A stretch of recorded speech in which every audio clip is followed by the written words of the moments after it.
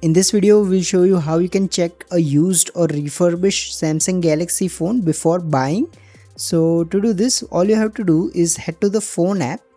Now go to the keypad tab and here type in *0*#. Once you dial this code, you will see this particular menu.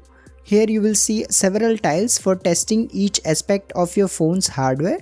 So for instance, if you tap on this red option, it will make the screen look red. So this will tell you if there is an issue with the display. Similarly, you can also set it to green or blue.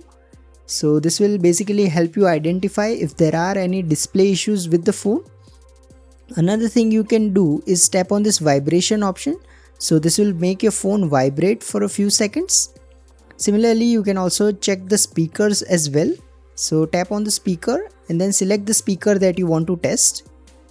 Next, you can go to this sensor tab and make sure all the sensors including the accelerometer, gyroscope and the magnetic sensor are working as expected. Now go back.